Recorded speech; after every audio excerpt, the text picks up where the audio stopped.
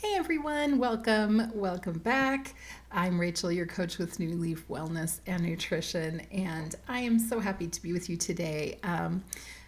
When I'm recording this, and as you're watching this, it will be kind of the beginning of the holiday season, and racing down to the end of another year.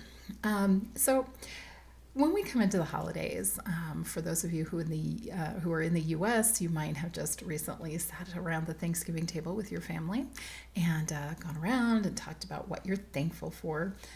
This time of year is all about gratitude and being so thankful for the things in our lives, and so we hear that a lot, and it's out in the atmosphere, and we have all kinds of ways to capture gratitude on a regular basis. I have my little gratitude journal that I write in every day. I write down 3 things I'm grateful for.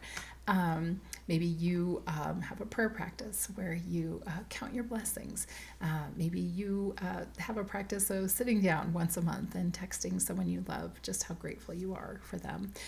All wonderful things to do to really bring gratitude into our lives.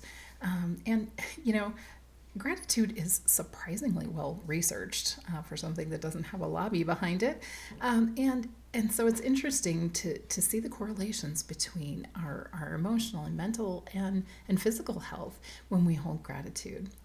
It's very stress relieving, so it can bring down inflammation in our bodies just to hold gratitude, because it is so easy to get focused on what isn't working instead of turning our attention to what is. So I'm going to bring you a fun little practice, and it uses a technique called mental subtraction. That's pretty fancy, but it has a really rather more holiday-centric colloquial name, which I will use today. It's called the George Bailey effect. You're doing a meditation practice on, as in the movie It's a Wonderful Life. For those of you who haven't seen it, the main character has an experience where he gets to see what life would have been like had he not been born. And it makes him really grateful for the things that he has had and experienced, even the challenging ones.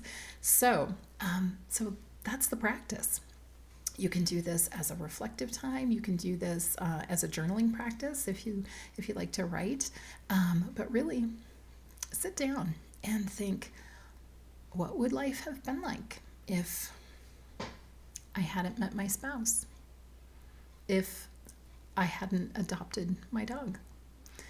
If I hadn't taken that job opportunity that was a real stretch for me?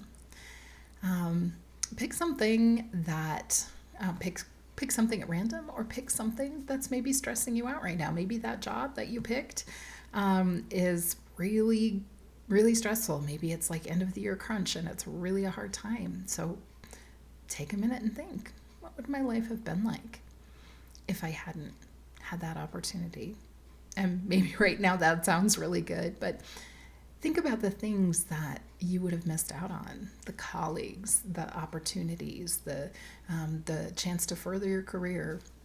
Or if you hadn't met your spouse, would you be alone? Would you have met someone else? What would it have been like? And what would you have missed if you didn't have that person in your life? Sure, all of these other things that we could have had instead might also be lovely and wonderful, but those experiences, that person, your wonderful pet, all of those things bring something to your life that you would not have had otherwise.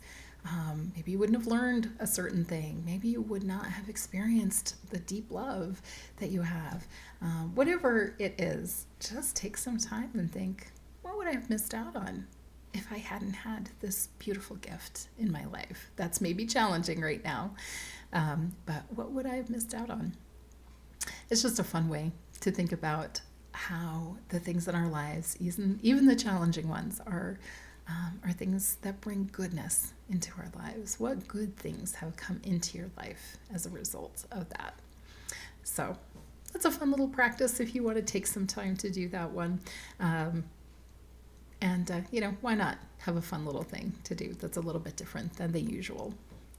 All right, that is it for our time today. And I just want to remind you that if you want to get in on news and extra tips and things like that, get it on my email list. I'll leave a link in the description.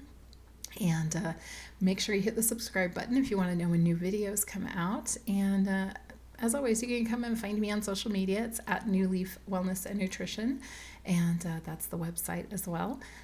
Just newleafwellnessandnutrition.com, and you can see what I've got to offer. You can read the blog, all that kind of good stuff. So I hope you'll take some time to just think about all the goodness you've had through the things that may be stressing you out right now, but are still sources of good. All right, I will see you next time.